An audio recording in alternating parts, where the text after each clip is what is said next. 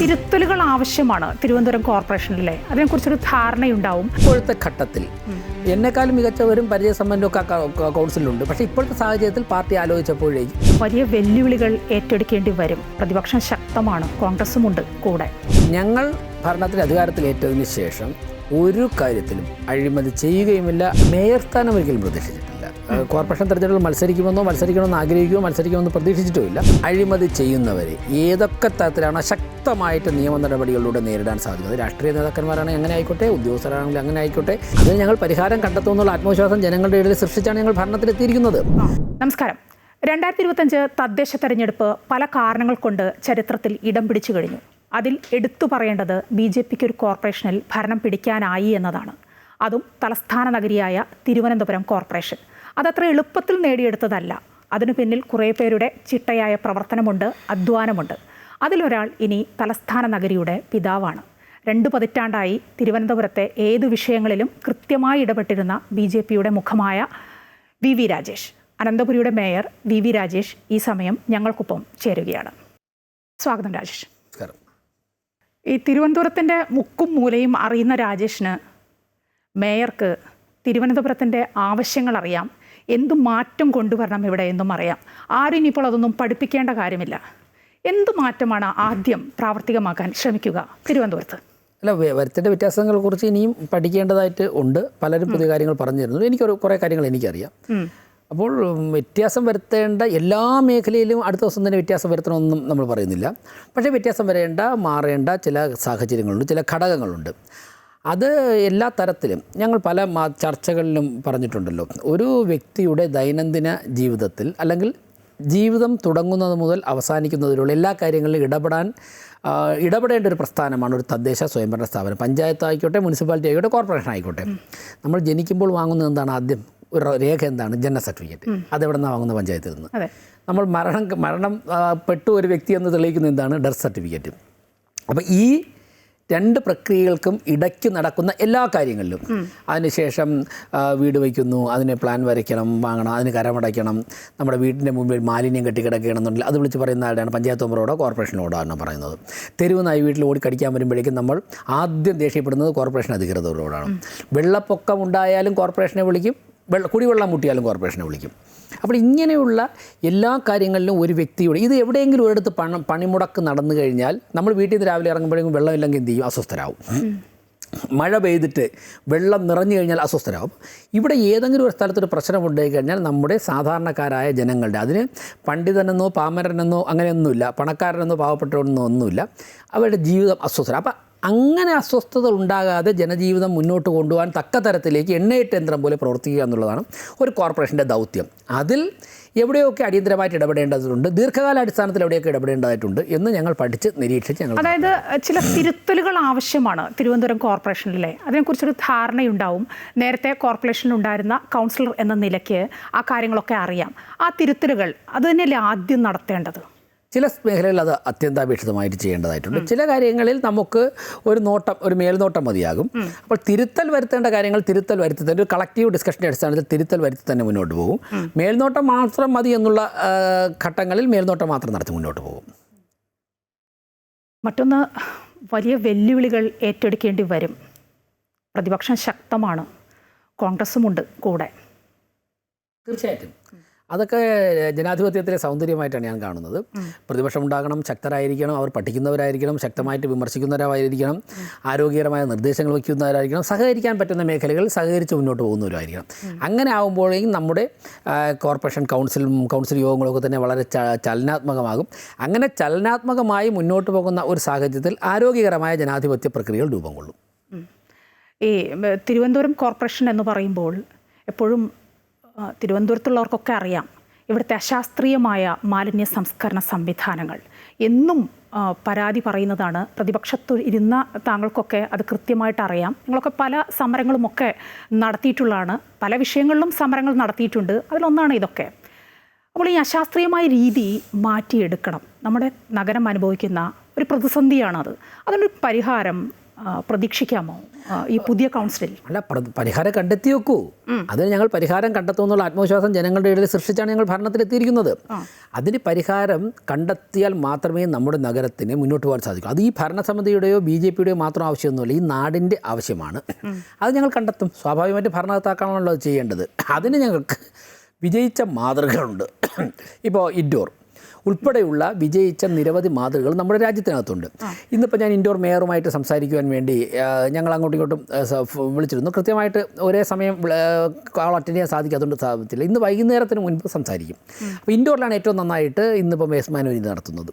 ആ സാങ്കേതികവിദ്യ നമുക്കിവിടെ പ്രയോജനപ്പെടുത്താൻ സാധിക്കുമെന്നാണ് ഞങ്ങൾ ആദ്യം പരിശോധിക്കുന്നത്. അങ്ങനെ ഞങ്ങൾ ഏതെങ്കിലും മെക്കാനിസത്തിലൂടെ ഇവിടുത്തെ പ്രശ്നങ്ങൾ പരിഹരിക്കും. രാജ്യം ഭരിക്കുന്ന പാർട്ടിയുടെ പ്രതിനിധിയാണ് താങ്കൾ. അത് താങ്കളുടെ പ്രവർത്തനത്തിന് കൂടുതൽ ഗുണം ചെയ്യില്ലേ? തീർച്ചയായിട്ടും. ആ ഒരു ആത്മവിശ്വാസത്തിലൊക്കെയാണല്ലോ ഞങ്ങൾ തെരഞ്ഞെടുപ്പിനെ നേരിട്ടത്. ഗുണം ചെയ്യും അത്. ഇങ്ങനൊരു മേയർ സ്ഥാനം അത് പ്രതീക്ഷിച്ചിരുന്നതാണോ? മേയർ സ്ഥാനം ഒരിക്കലും പ്രതീക്ഷിച്ചിട്ടില്ല. കോർപ്പറേഷൻ തെരഞ്ഞെടുപ്പിൽ മത്സരിക്കണമെന്ന് ആഗ്രഹിക്കുമോ മത്സരിക്കണമെന്ന് പ്രതീക്ഷിച്ചിട്ടുമില്ല. 2020 2025 സംസ്ഥാന അധ്യക്ഷന്മാർ പ്രത്യേക സാഹചര്യം വന്നപ്പോഴേക്കും മത്സരിക്കണമെന്ന് ആവശ്യപ്പെടുകയായിരുന്നു. 20 ശ്രീ കെ സുരേന്ദ്രനും 25 രാജീവ് ചന്ദ്രശേഖർജിയും കോർപ്പറേഷനിലേക്ക് വീണ്ടും മത്സരിക്കണം എന്നുള്ളൊരാവശ്യം മുന്നോട്ട് വച്ചപ്പോഴേക്കും ഞാൻ പ്രായോഗിക പരിമിതികൾ പറഞ്ഞു. പക്ഷേ മത്സരിക്കണമെന്നുള്ള നിർദ്ദേശമായിട്ട് വന്നു. അത് പാർട്ടിയുടെ തീരുമാനമായി. അപ്പോൾ സ്വാഭാവികമായിട്ടും നമ്മളൊക്കെ തന്നെ അനുസരിക്കാൻ ചുമതലപ്പെട്ടവരാണ്. ആ തീരുമാനം അനുസരിച്ചു. പിന്നെ ഭൂരിപക്ഷം കിട്ടിയപ്പോഴേക്കും പല പേരുകളും പല ചർച്ചകളിലും മാധ്യമങ്ങളിലൊക്കെ വന്നു. പക്ഷേ മേയർ ഇന്നാരെ തന്നെ തീരുമാനിക്കുമെന്നുള്ള കൺക്ലൂഷനൊന്നും ഇല്ലായിരുന്നു. നോമിനേഷൻ കൊടുക്കുന്നതിൻ്റെ തലേദിവസം ഉച്ചയ്ക്കാണ് സംസ്ഥാന അധ്യക്ഷൻ വിളിച്ചിട്ട് ഇക്കാര്യം പറഞ്ഞത്. അതായത് ചില പേരുകൾ വന്നു മാധ്യമങ്ങളിൽ നിന്നൊക്കെ പറഞ്ഞല്ലോ ഇപ്പോൾ. അതുകൊണ്ട് ഞാൻ ചോദിക്കുകയാണ്, ഈ ആർ ശ്രീലേഖയുടെ മേയർ സ്ഥാനത്തേക്ക് കേട്ടിരുന്നു. താങ്കളുടെ പേരുണ്ട്, ശ്രീലേഖയുടെ പേരുണ്ട്, മറ്റ് ചില കോർപ്പറേഷൻ്റെ ചില ആളുകളുടെയൊക്കെ പേരുകളൊക്കെ പറഞ്ഞിരുന്നു. എടുത്തു പറഞ്ഞിരുന്നത് താങ്കളുടെയും ശ്രീലേഖയുടെയും പേരാണ്. മേയർ സ്ഥാനം സംബന്ധിച്ച് ഒരു അനിശ്ചിതത്വം അത് നിലനിന്നിരുന്നോ, അതോ അത് ഒരു പ്രചരണം മാത്രമാണോ? മാധ്യമങ്ങൾ ഒരു അനിശ്ചിതത്വം നിലനിർത്താൻ വേണ്ടി ശ്രമിച്ചിരുന്നു. പക്ഷേ ഞങ്ങളുടെ സിസ്റ്റം അനുസരിച്ചിട്ട് ഞങ്ങൾക്ക് ആ ദിവസങ്ങൾ കണക്ക് കൂട്ടുമ്പോഴേക്കും അന്ന് മാത്രമേ പ്രഖ്യാപിക്കാൻ സാധിക്കുള്ളൂ. കാരണം അതിനു മുമ്പ് 1-2 പേര് കൂടിയിരുന്ന് പ്രഖ്യാപിക്കുന്നതല്ലോ BJPയുടെ മേയർ കാൻഡിഡേറ്റ്. അതിനു മുമ്പ് ഒരുപാട് പ്രോസസ്സുണ്ട്. ഇപ്പോൾ മേയർ ആക്കാൻ വേണ്ടി ഇപ്പോഴത്തെ ഘട്ടത്തിൽ എന്നെക്കാളും മികച്ചവരും പരിചയസമ്പന്നരും ഒക്കെ കൗൺസിലുണ്ട്. പക്ഷേ ഇപ്പോഴത്തെ സാഹചര്യത്തിൽ പാർട്ടി ആലോചിച്ചപ്പോഴേക്കും എന്നോടാണ് ആ ചുമതല നിർവഹിക്കാൻ പറഞ്ഞിട്ടുള്ളത്. എന്നാൽ എന്നെക്കാൾ ഡെഡിക്കേറ്റഡ് ആയിട്ടുള്ള ഒരുപാട് പേർ ആ കൗൺസിലിൽ ഇപ്പോഴും ഉണ്ട്.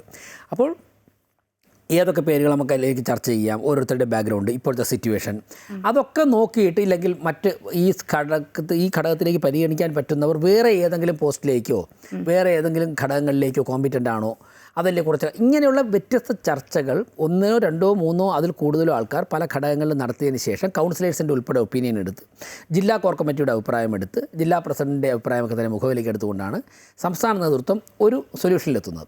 അതിനെ കേന്ദ്ര നേതാക്കന്മാരുമായി, പ്രത്യേകിച്ച് സ്റ്റേറ്റ് ക്യാപിറ്റലിൻ്റെ കോർപ്പറേഷനാണ് ആദ്യമായി ജയിക്കുന്നതാണ്. അപ്പോൾ ആ ഘടകങ്ങളിലൊക്കെ ചർച്ച ചെയ്ത് കഴിയുമ്പോഴേക്കും തലേദിവസം ആവും ഞങ്ങൾക്കറിയാമായിരുന്നു. പക്ഷേ മാധ്യമങ്ങൾ പിറ്റേ ദിവസം മുതൽ തന്നെ പിറ്റേ ദിവസം പ്രഖ്യാപിച്ചേക്കുള്ളൂ എന്നുള്ള നിലപാട് മാധ്യമങ്ങൾ എടുത്തു. അത് മാധ്യമങ്ങളുടെ നിലപാടാണ്. പാർട്ടി കൃത്യ പ്രോസസ്സിലൂടെയാണ് ചെയ്തിട്ടുള്ളത്. ഈ 2020 തദ്ദേശ തെരഞ്ഞെടുപ്പ് കഴിഞ്ഞ് തിരുവനന്തപുരം കോർപ്പറേഷൻ CPMൻ്റെ കയ്യിൽ, LDFൻ്റെ കയ്യിലാണ്. പക്ഷേ പല കാരണങ്ങൾ കൊണ്ടും 2020 തിരുവനന്തപുരം കോർപ്പറേഷൻ ശ്രദ്ധിക്കപ്പെട്ടിട്ടുണ്ട്. അതിലെനിക്ക് തോന്നിയത് ഏറ്റവും കൂടുതൽ ശ്രദ്ധിക്കപ്പെട്ട ഒരു കാര്യം സമരങ്ങളായിരുന്നു. ഒട്ടേറെ വിഷയങ്ങൾ പ്രതിപക്ഷം മുന്നോട്ട് കൊണ്ടുവച്ചിട്ടുണ്ട്. രാപ്പകലില്ലാതെ സമരം നടത്തിയിട്ടുണ്ട്, ആളുകളെ അറിയിച്ചിട്ടുണ്ട്.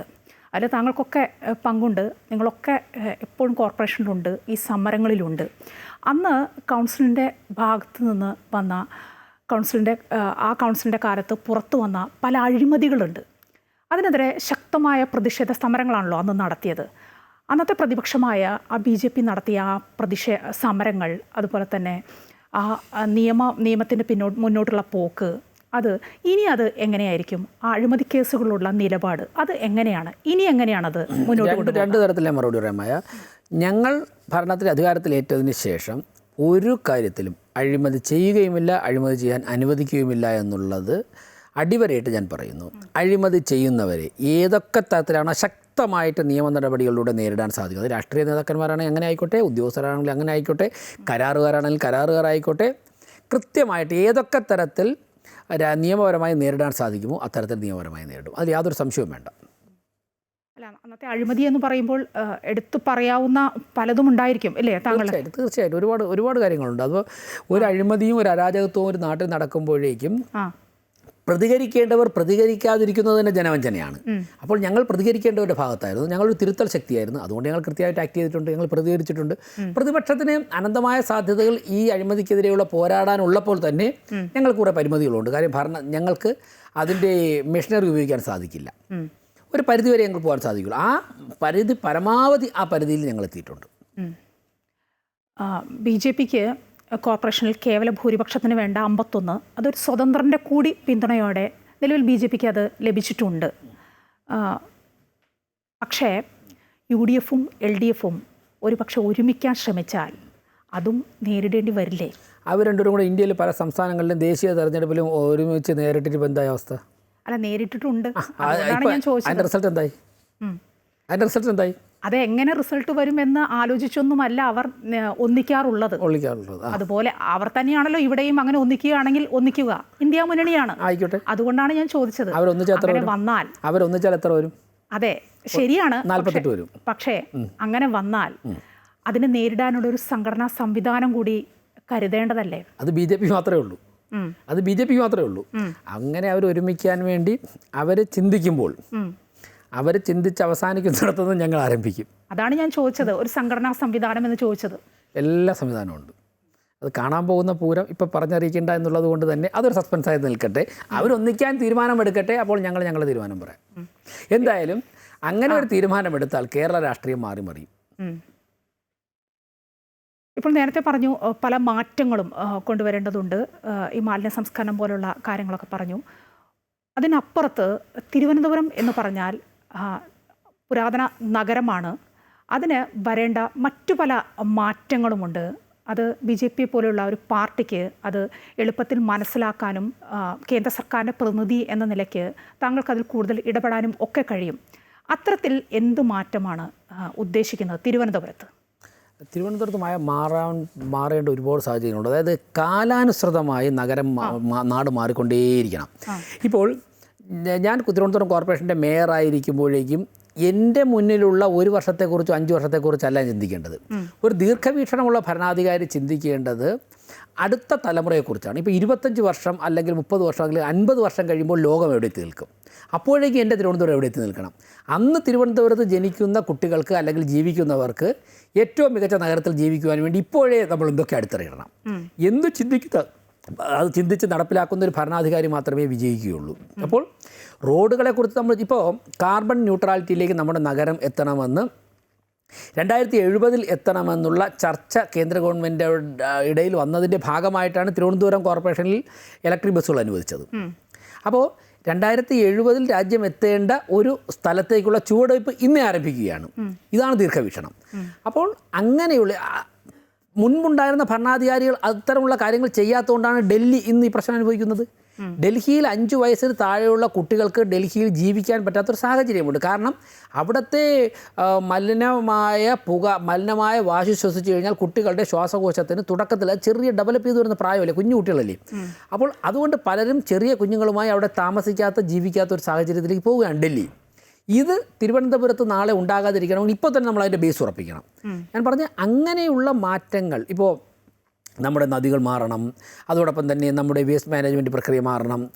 ജനങ്ങളുടെ മാനസികാവസ്ഥ, കോർപ്പറേഷന് കൊടുക്കേണ്ട നികുതി എങ്ങനെ പരമാവധി കൊടുക്കാതിരിക്കാമെന്ന് ചിന്തിക്കുന്നതിനേക്കാൾ കൂടുതൽ അത് എത്രയും പെട്ടെന്ന് കൊടുത്ത് നമ്മുടെ കോർപ്പറേഷനെ എങ്ങനെ ശക്തിപ്പെടുത്താമെന്ന് ചിന്തിക്കുന്ന ഒരു മാനസികാവസ്ഥയിലേക്ക് ജനങ്ങൾ മാറണം.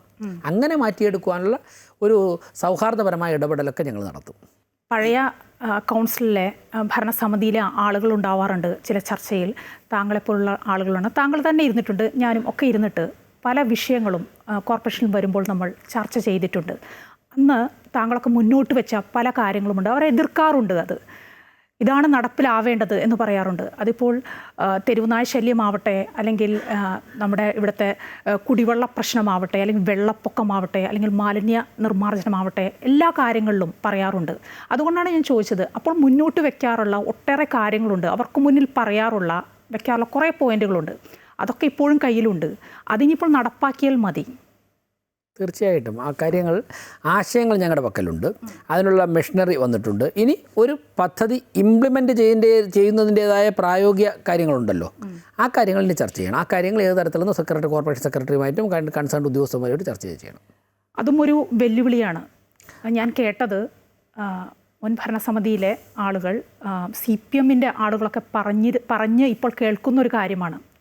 അന്ന് ഞങ്ങൾക്കെതിരെ പറഞ്ഞിരുന്ന ആളുകൾ അവർ മുന്നോട്ട് വെച്ചിരുന്ന കാര്യം ഇനി അതൊക്കെ ഒന്ന് നടപ്പാക്കി കാണട്ടെ. ഭരണത്തിലേക്ക് വരുമ്പോഴല്ലേ കാര്യങ്ങൾ, പുറത്തുനിന്ന് പലതും പറയാം, അതൊന്നും നടപ്പാക്കുന്നത് കാണട്ടെ എന്ന് പറഞ്ഞ ആളുകളുണ്ട്.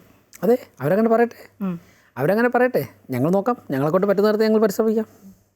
ഞങ്ങൾക്ക് നല്ല ആത്മവിശ്വാസമുണ്ട്.